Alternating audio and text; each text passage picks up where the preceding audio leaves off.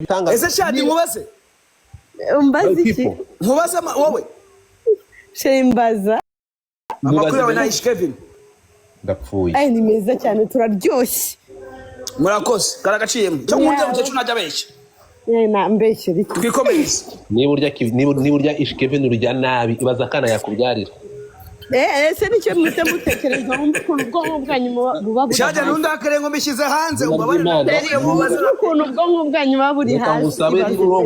ibaze kuba tumeze neza turyoshye ariko ukahita wumva ngo nimba njyana nawe ese kuryoha ukoreshe gapote ibaze uramutima guteye yego ko namubyarira akaza barasi urabeshya ese ndizo ukuri akaza bakubitiye ifani banyarwanda kazi mu ndebe mu nkunde tugiye kugera ku mutapito tugiye ku 800 okay turi aha ngaha mu nyemerere mu mitingi live ahubwo nibanzanira inane mwereke okay ariko wamugani guys mutapinge screen mushe muturabo mugere muhereza abantu bane muhaba ama gift abantu no hejuru please ariko iriya fivuye bona ahita bamagara mu yango iriya cyagira umuntu ahera bakayikunda agira umuntu yitinya mu following hano mu following umuntu bita gogo mu following umuntu bita iribagiza mu following Decat mu following Brian mu following bakabano abantu bose hano mu following please twagiye mu following abantu bari hano hejuru urumva twagiye muriteguye reka ndabisha ihangane bireka guseka Shadi I love you too ugireka nese kana Godfather oui shaka umuntu mumanuro aha ngaha hagiye kuza umukobwa wande washaka hagira umuntu mu mwanya umuntu wisanze ino ni gamo Sankara yana mwanya naba zamuri ni gamo Sankara umuntu n'uwanjye uwo Sankara kore zamure nde Sankara yari agiye kuza arabikoreka mu kanya uramuzi wa undi nyine washaka kuzamura ajya kuza okay buretse raje cyese kwa hari abantu benshi bashaka imyanya n'uyu gogo isimbi rwo shatse wa mumaniro uretse uravuga nde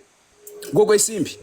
gogo reka gomba mu following ahubwo gogo ni bifaru yatangiye aho uretse gato abantu mukore kuri gogo nta mafaranga ageze amamana ku muting amike zanyu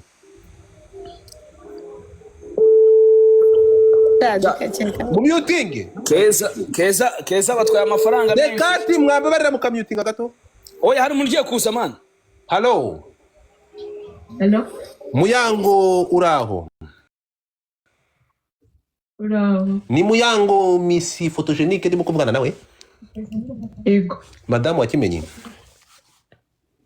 mbaza fast amakuru yawe meze neza aya masa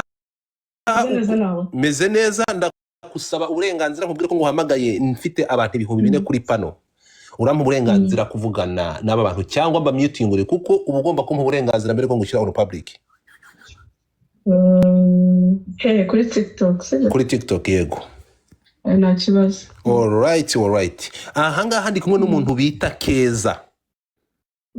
Triska cyangwa Triska okay ngira ngo uramwumva uyu muntu ageza hati Muyango akomeje kunyicisha inzara mu mujyi wa Kigali aho ngeze hose akajya kuvuga ngo arambanira n'igisigaye nitazanyirukanamo ko bwanjye Brian yagiye warayi Brian arahari so abantu bari aha ngaha umukobwa ati ntabwo nzi cyuwo mubyeyi ampora sinigeze ajya mwirushanwa nawe sinjya mwimishije ikamba rya Miss Rwanda Muyango anziziki itangazo waribonye ubu turi kuvugana ari kukumva niki upfa n'uyu mukobwa Keza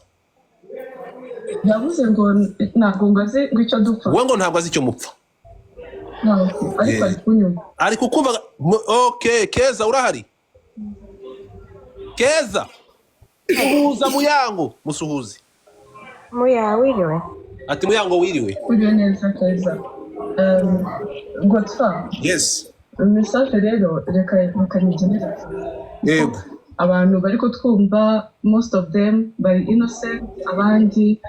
n'abafite bandi badashoboye kuza muri comment ngo bandike bitewe n'ibyo bazi cyangwa n'amateka n'ahise n'ibindi bintu byinshi yego so njyewe rero ni gake cyane nakomeje kubona muri comment ya Muyango hari ibyema n'umuntu afite ariko nibyo Keza ntabwo ikigaho yego Keza icyo dupfa arakizi ahubwo Keza ushaka kumugira inama Keza nk'uko bivuze ngo twese turaba abadamu ibintu wankoreye please ntuzagire undi muntu bikorera hano mu Rwanda ku isi yose aho uzagera hose ukuntu uvuga neza